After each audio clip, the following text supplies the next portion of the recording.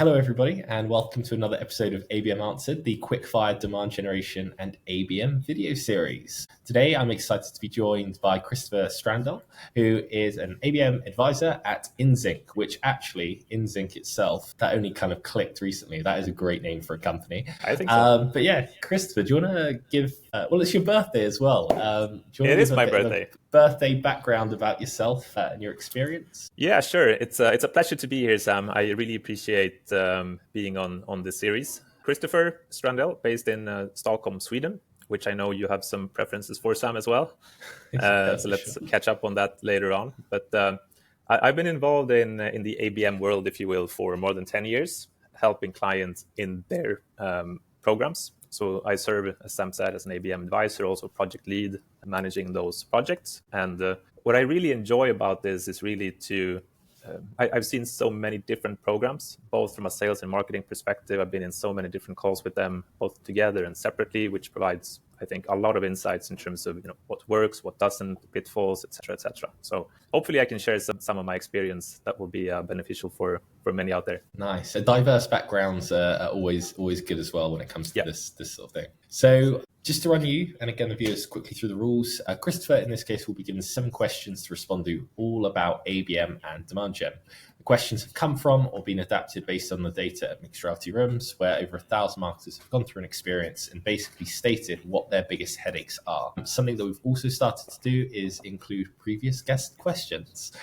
So yes, Christopher, are you ready to go? If so, I will pull up the first question. I think I'm ready. I'm excited to do this. So problem 1, quite a nice easy start, I guess. And again, very subjective. Understanding when to use ABM versus demand gen. So I guess this is more of an intro for people of account-based marketing, as opposed to, if you're a bit further along, you probably have your own ideas of this. But the question, I guess, is when does it make sense to launch an ABM campaign in your mind? Do you know you're ready? And yeah, when would you use the demand gen campaign? Do you have kind of like a criteria that you stick to? Yeah, I think this is a brilliant first question to start off with. And I think, like you said, the question probably comes from, starting and embarking on an ABM journey. I mean, I think most of us, we all know what ABM can do, impact win rates, deal velocity, deal size, account growth, and all that. So I guess, it makes sense if that's your aim, first of all. But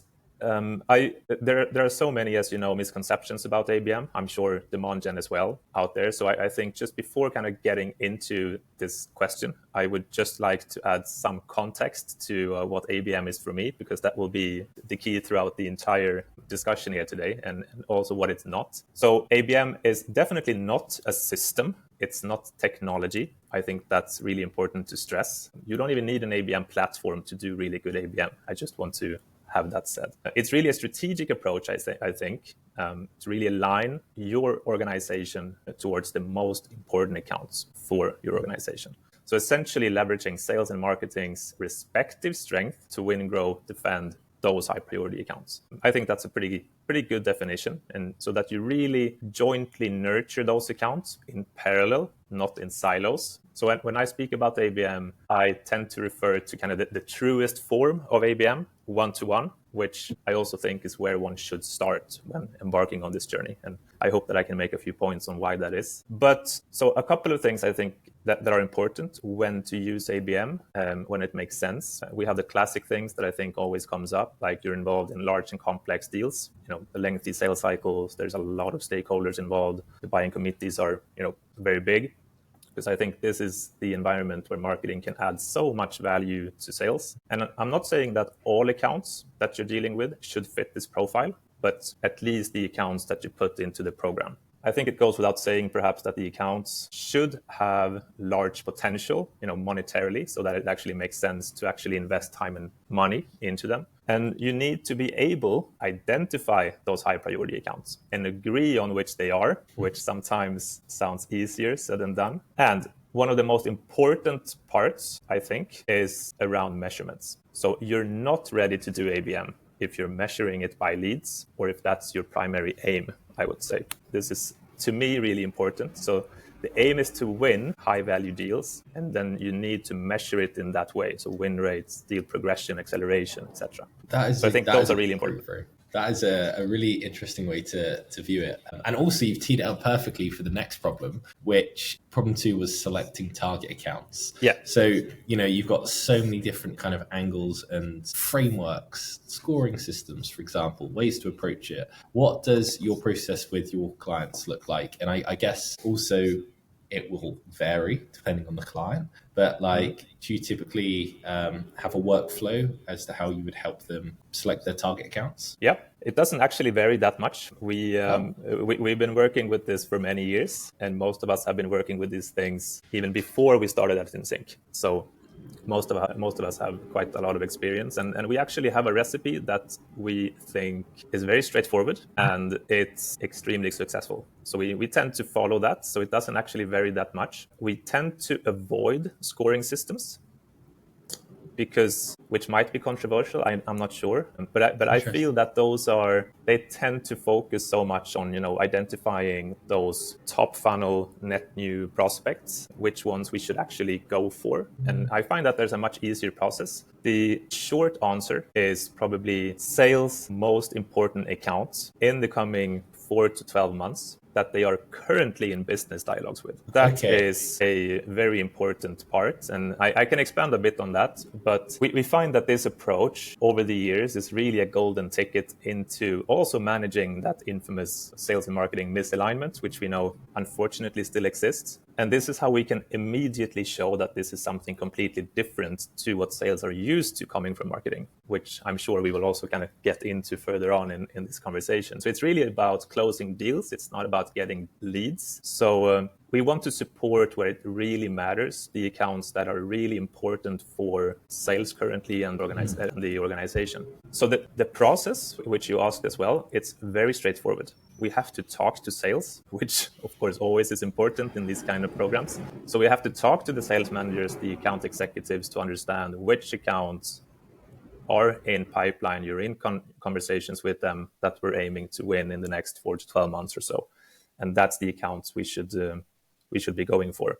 And I can just expand one quick on why that helps so much. Because if we can identify those accounts, there's a lot of positives that we will get from it. So we know that sales are active on the field. So it's not just a marketing exercise to those accounts. We're actually leveraging that joint nurturing, that in parallel nurturing to them, so that we can really make use of our strengths that we have. We know that they have insights about the account because they're in conversations with them. We know, perhaps most importantly, we know that this account is really important for sales, which is the way to get their attention. That is a really interesting point of view. Because I think, and to be honest, my brain does it. It's like when we say account-based marketing, I do think top of funnel, but there's so many unknowns to it, and it's so resource heavy. What you're suggesting is using account-based marketing for basically from the nurture stage. It's right, we know we're in. It's now let's make sure as many of these deals close as possible, which I actually think is probably the best place to start on if you need to prove value to the CEO of the company, because you've got a clear metric right at the start, which is current conversion rate versus what your conversion rate is going to be after using an ABM approach. And in theory, the cycle should be shorter because they're already on that journey with you. Exactly. Start from mid and bottom funnel. Because as most know, we have to show the CEO, the sales team, the business side, we have to show the value of it. That is really a recipe that we see is very successful. So sales are actually more important in the account selection. So we have to talk to them and align with their focus. That's how we get their attention. You're doing my job for me today, because the problem 3 is aligning marketing and sales in Zinc, I guess. So exactly. Let's talk more about that. Yeah. Yeah, definitely. This is probably one of my greatest frustrations, but also one of my favorite topics to discuss. I'm sure we can be here for a long time discussing this, but I do feel that we need to discuss a little bit about the background to the problem, at least the way I see it. And I'm not sure if I can add a new angle to the conversation or not, but I'm kind of both in marketing and sales. So I'm thinking both worlds at the same time. And I think a part of the problem is that so many companies are used to leverage marketing top of funnel and with this leads agenda, which we've been discussing a little bit, right? Mm-hmm. And so the collaboration between sales and marketing in many organizations, that's essentially the lead handover. That is the collaboration, just the kind of lead handover. Then it's hands off for many marketeers. They're not allowed to touch whatever is in pipeline that sales are working on. A lot of marketing departments, I find, they don't even have access to sales pipeline in the CRM. They can't see how the deals are progressing, which ones are closing, and then it becomes difficult to make a difference. They don't know what happens with those leads.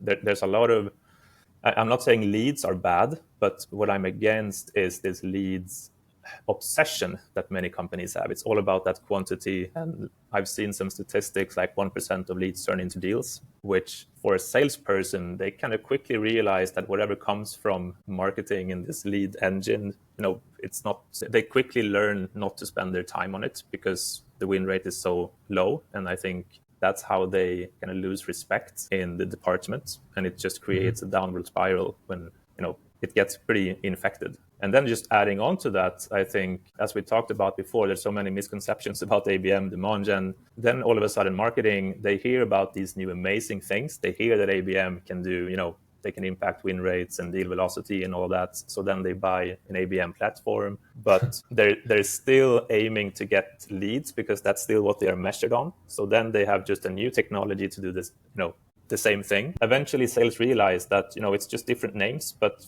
the outcome is pretty much the same. And we have to do something really different and really earn the respect of sales. And that kind of goes into a little bit what we discussed before in the previous question. I think a lot of things come in its place when you really zoom in to sales actual focus. It's like, most people that I know or that know me, they know that I love running as an example. So like, Sam, if you told me that, I have that guide to get you under 3 hours or whatever it is in the marathon, then, you have my full attention. I will be yours forever. Yeah. And if you're coming to me with something completely different that I don't really care about, then of course you're not going to have my attention and my engagement. So the idea here is really to zoom in to what sales really care about, those accounts that are in pipeline, because sales focus will probably be the accounts that they're currently working on, not those net new prospects that are quite cold today that might become something in the future. I think you're, congrats, by the way, that's an extremely fast. I'm not there yet.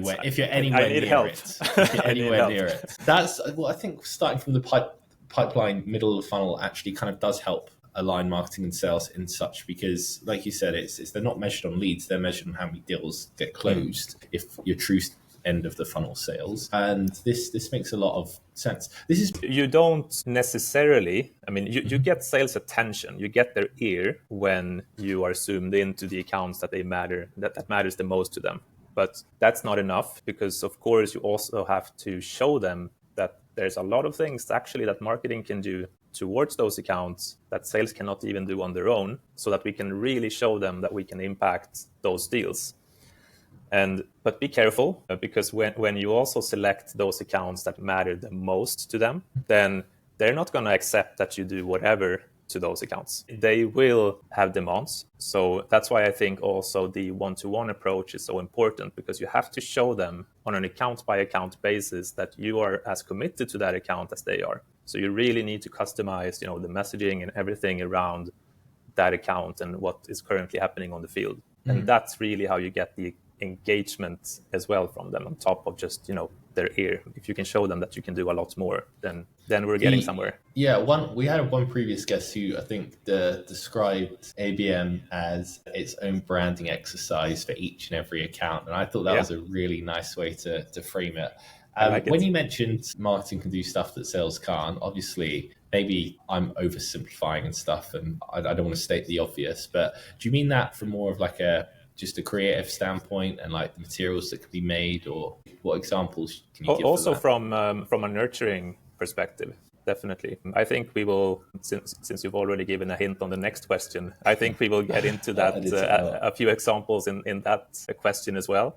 But whatever activities that you use in your ABM program, I think it's really important to make sure that sales understand that this will be beneficial to increase the likelihood of winning that deal, because otherwise they're not going to care too much. They're not going to allow you to do things to those high priority accounts. Solid answer. Let's go into problem 4, which I'll re-say again so I can edit out before. Yeah. Display ads don't work. So pretty strong opinion, right? Yeah. What's your opinion on display ads? Yeah, lots of opinions. I feel I should say just so that everyone knows, so that they can also kind of evaluate how biased I am, if they will.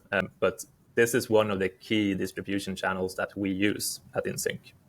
So just so that I have that said. But it also means that I've been leveraging this for more than 10 years successfully. So hopefully I can add a few things on this topic, because just like you said, I hear that a lot. I see that a lot on LinkedIn. Display ads don't work. I know very little about general display ads, but I know a lot about it in an ABM context. So account-based advertising, if you will. And I mean, I think this is pretty strange, because I think most people on this planet, they understand that, advertising in general works. Just look at the Super Bowl budgets, TV commercials, etc., etc. Visibility is good. It's important to be visible for the accounts that matters. I think most understand that. And we can take TV commercials as an example. I know not as many people actually watch TV nowadays, but just as an example, like I think if a company could serve TV commercials to all employees within the account that they're trying to close right now, which represents a lot of money, for like, you can do that for maybe $1,000 a month. I think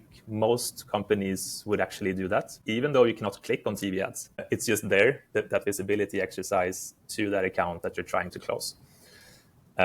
Or would you agree? What do you think? I'm just thinking about it. It's because I know what you mean. There's some ads that just stick in your head, and then, hey, I need health insurance. I know exactly where I'm going with this one. And I think branding in itself is like, brand impressions are very good, and I think that works. I like you.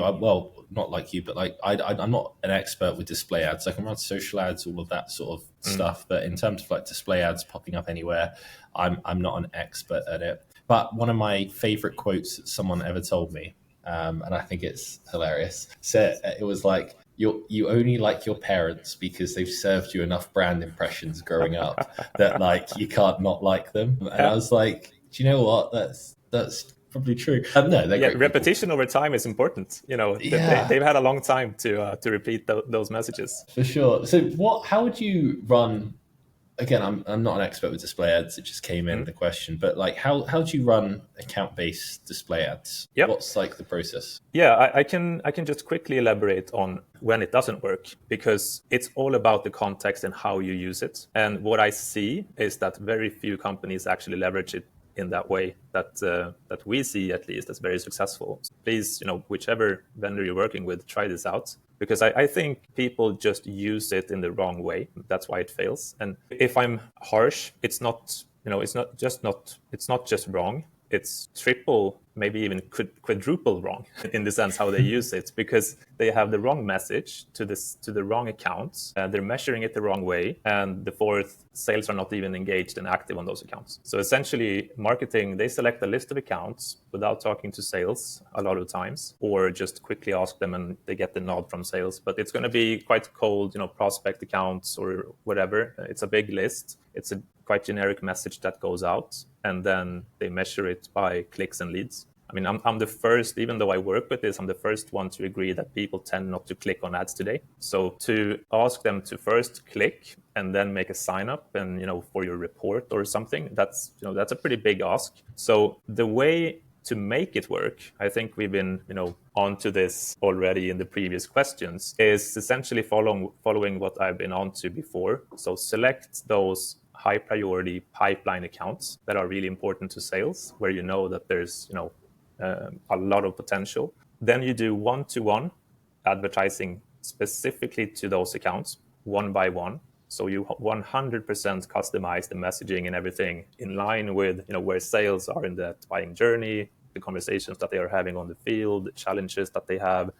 You customize it per account. Then, of course, it's really then important, because the art of sales differs over time. So they're going to go through different stages of this deal. So you have to be in continuous follow-ups with sales to always make sure that whatever you're pushing in terms of the messaging is always in line with sales. And that's how they also see that, whatever messages they want to get out to this account, even though it changes over time, they're coming to marketing to get that support. And I feel like something as simple as advertising can bridge a lot of problems. I'm not sure what other people hear out there, but when I talk to salespeople, in the IT and tech industry or professional services, manufacturing, basically whichever, most salespeople tell me that they think their brand is invisible and or wrongly positioned. So a lot of companies have gone through, a massive evolution. They used to be hardware, now they're software, consultancy, something. They're known for what they were, not what they are today, which makes it more difficult from a sales perspective,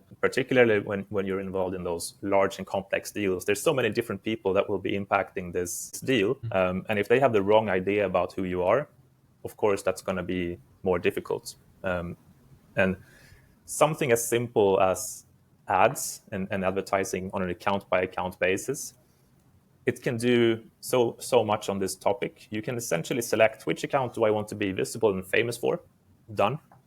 You can also select how you want to be positioned, because we customize them 100% per account. So we can essentially select, we want to be famous and visible for that account where we have a massive deal on the table. This is the perception we want them to have about us, always in line with, sales as well. And we can also bridge the gap between the people that sales are meeting in the meetings and in the calls with the people that will actually be involved in that decision. Because we know that there's many, many more people involved in those decisions, in the total buying committee in these large deals, than sales get to meet. So together, we can really impact the consensus about your brand just with something as simple as advertising on top of sales. I think a problem that a lot of people have, or not a problem, but just like a blocker, and it was for me, is like the whole marketing and sales need to talk to stay aligned. Yeah. In my head, it's always to assume to create new content and not to optimize existing campaigns, because I think you're the first guest that I've had on. And again, I started ABM because I served like an ABM solution, and I didn't even know what ABM was, but they were like, hey, I want to use it this way. So I kind of fell into it that way. So I've never really run true ABM campaigns.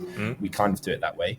But yeah, it's learning for me. And I think that whole optimization piece is a very interesting way to view it. The problem 5. Yeah. Good to go. And apologies, we've overrun. I'm really enjoying this conversation though. Yeah, me too. I have some time. So multi-stakeholder engagement. So again, I think you've done your homework here. You've teed these all up perfectly. But how do you, and I guess it's probably aligning with sales a lot, but how do you first identify all your relevant stakeholders in a deal before a sales call? And then how do you go about engaging them? And again, maybe if you want to elaborate a bit more after that initial contact's been made, well, we kind of just covered it then, but if you had anything more to add on that, how you change the messaging over time or change the messaging to match different people. Yeah, open-ended question, multi-stakeholder engagement. I love it. And as we have talked about before, we tend to operate mostly in, mid and bottom funnel. So we're not engaged as much when, even before an initial call has taken place, just so that I have that said. Of course, there are situations where, clients of ours, they have identified this, super priority account that they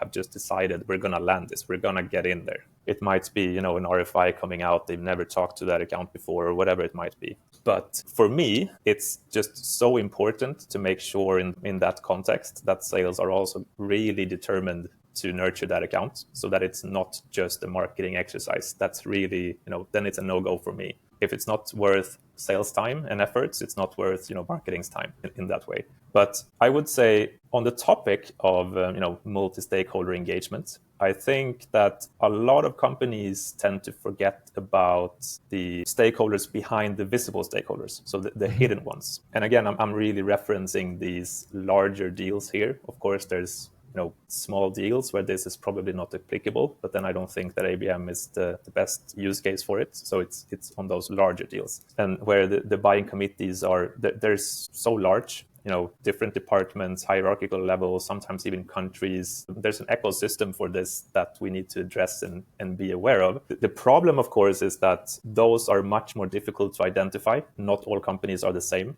in terms of which people are involved in those initiatives. Your normal stakeholders, those are probably quite easy to identify, ICPs, personas, etc. And those your salespeople will be in meetings with and connected with. But it's difficult for sales to nurture the people that they cannot even identify or meet. And that's, I think, really where the joint power of sales and marketing is so important and so strong. Because something as simple as your first party intent will tell you this.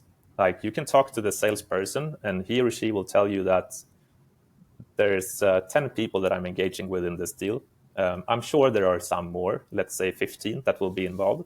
But through the first party intent software, they can see actually there's 45 people from this account, anonymous, that are actually researching you, which gives you an idea about the actual buying committee and how many people we're not touching. So I think that realization is really important to have and really do something about it, because that's really one of the kind of strongest things that marketing can do and help sales with, because they can't influence them, but marketing can.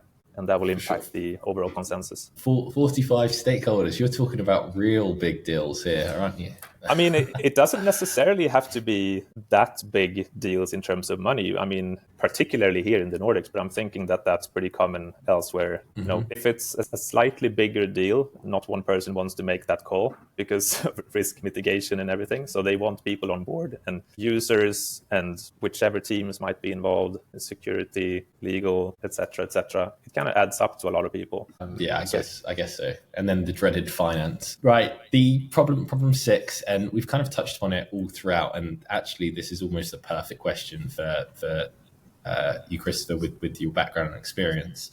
But nurturing. So it's deals getting stuck mid-funnel, which I guess is where you're proposing is the perfect time to introduce account-based marketing. We've covered the use of display ads, which is great. But do you have any other kind of hacks, workflows, ninja tricks, anything beyond? Obviously, it's going to require a lot of hard work, a lot of conversations. But is there anything kind of special you do that you've seen that's really helped deals kind of progress recently? Maybe gifting. I don't know. There's a lot of ways we could take this question. Yeah, definitely. And I would like to start off with, just like you mentioned, we tend to operate mid-funnel and down, essentially. So I think we don't get this problem as much as the question kind of suggests, because we're quite clear in terms of really evaluating those accounts and those deals, that this is also important on the buying side and all that, that this initiative is important for that organization, connected to your offering and everything. And I'm just guessing that if this is a big problem out there, I'm just guessing that those companies might be involved in more of a one-to-many play. I think that could be one reason, at least, where the account selection and evaluation has not been that thorough in a way. So many of those accounts that you're having a few initial meetings with, you can push them from top funnel to mid funnel or something, and the timing might be off. They don't have that key initiative connected to your offering. It can be a lot of things. I think that a lot of these accounts could be qualified out. But another point I would add to this, and I think this is probably kind of a classic, if we are also to go back to the previous question on multi-stakeholder engagement. Like I see this sometimes where sales are talking to 3-4 people that are really interested in your products and your services. They want to do it, but they're lacking the internal consensus in the organization to pull this off. It requires change in how they do things, how they work. So we need to get the organization on board. So, sales, they're calling their contacts once a quarter to check in, is it a good time now? And they answer, I really want to do this, but we need to get the rest of the people involved and, all that. And in those cases, I would say, and when there's actually a good fit to your offering and problems that company have, really an indie trick is, just like we talked about before, to start influencing many more people inside that organization, many more than you think. Display ads is one way to do it, to really cement why this initiative is really important. But however you do it, start influencing many more people so that this initiative is much higher on their agenda. And a ninja trick to realize that, this is a project that I was dealing with many years ago. Your first party intent, I think, is crucial here. So if you're starting then to operate and nurture many more people inside the organization beyond those 3-4 people that are already on board, maybe historically you have 2, 3, 4 visits from this company onto your website on a monthly basis. And now that you have started this, momentum consensus building exercise in whatever activity that you do, monitor the first party intent. Because if you're starting to see all of a sudden that before you had 2, 3, 4 people or visits to your website, now you have 10, 15, 25, that probably means that the word is spreading. They're starting to show much more interest in what you have to offer. And then it's much easier to get that actual meeting with them and really push it forward, because now the organization has realized that this is an important thing we need to cover. You've put them on the map.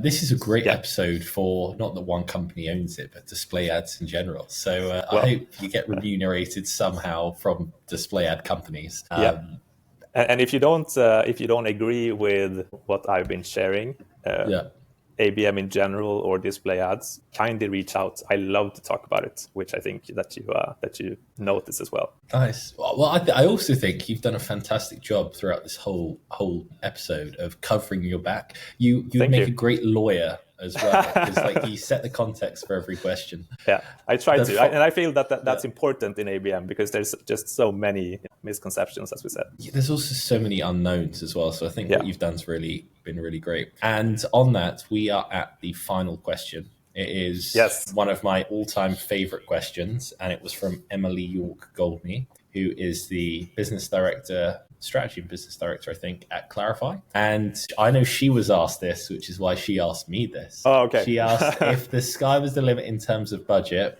what would be your best-in-class recommendation for a campaign to drive account engagement? And something I always like to add with this question is, feel free to be as weird and unconventional as possible. Throw the laws of physics out the window. Maybe that's a bit too far, but how would you approach this, Christopher? I love the question. I do find it a bit tricky to answer, just because the whole point of ABM in my context is that it's an account-based approach. So each company kind of in an ABM program will be different to another, not just in the messaging and focus, but also probably sometimes the activities that you do, depending on where you are, different phases, etc., which is a super boring answer, but let me elaborate a little bit. But if the sky was the limit, like if you have endless budget, I would do it all to start with. I mean, there's so many different activities on top of the sales activity, which I think I've stressed is really important as well. But I mean, you have the outdoor ads, it's outside of the offices. You have account-based advertising, email nurturing, customize the website, make specific URLs just for that account, direct mail, gifts, first third-party intent, buy everything. But what I think is so important is the success does not necessarily lie in the activities that you do. How you use them are so important. Just like we talked about with display ads, like it can be from super successful to it doesn't work, just based on how you use it and to what purpose that you have. So you can use all of the right things, but if it's the wrong account, you will absolutely fail anyway. That's why it becomes tricky. But if Emily don't mind, I can just tweak it a little bit and think more in terms of not just endless budget, but there's no boundaries here. And I would, like an ideal world, what's the best case scenario here? I would then really and truly make sure that the foundation is correct. So focus on really enabling the mindset of ABM in your entire organization. Like this is the go-to-market that you have, so that you're really working together in the organization for the better of the organization. So because then you have the right expectations throughout, essentially send everyone to ABM school or something. And that will be a pretty good thing. Because I think if you have all of those things in place, you have the foundation, the entire organization is on board, and you have endless budget, I mean, then you can manage a full-on ABM program. You can do the one-to-one, the one-to-few, the one-to-many. You can fit all accounts that you're nurturing and want to nurture in all phases, because everything is in place. So I hope that Emily approves, just kind of skewing it a little bit, but it's easy and difficult at the same time. I think you framed it very good. I think that needed parameters, that question, to some extent, because there are variations of ABM and all those different ones. Yeah. That's great. I'll pass it on to her and also add it to the library. Christopher, we made it. The only thing I have to ask you and thank you so much for slightly overrunning. But do you have a question for our next guest? I've been thinking about this quite a lot, and I do absolutely have a question for the next guest. I'm really looking forward to hearing the answer to this. I just had to write it down a little bit as well, so I remember everything. But obviously, I've tried to make my point on advertising as a key element to driving success in the programs that we're involved in. But we know that a lot of companies don't use it in that way. So for the next person, I want to ask, like, what's their one go-to activity that they are using where they see the most value and is most appreciated by the sales team? So it's not just value from the marketing side, also from the sales team. What's the one go-to activity that they use where they see the best results? That is a phenomenal question. I love that. And again, you've done it again. You've got the parameters around it, which is great. Christopher, thank you so much for Thank you so much, Sam. It's been an absolute pleasure. And let's catch up soon.